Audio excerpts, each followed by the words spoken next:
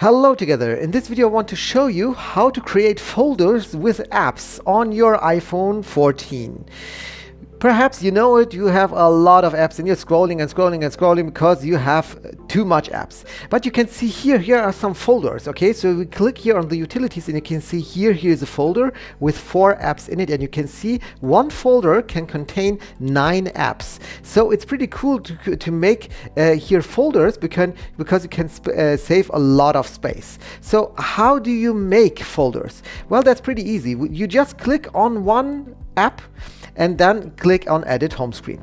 Now perhaps I want to make a folder together with WhatsApp and YouTube, so I just take the WhatsApp and put it on my YouTube, and you can see here it automatically gives them a name, social networking, but I can also of course change this name, and then I'm finished. I click on done, and here I have my folder. All right, so perhaps I want to give my folder a new name, so I'll just click here and then I say test. Okay, done, and I'm done. And I'm done. So everything's fine. Now I have here my folder.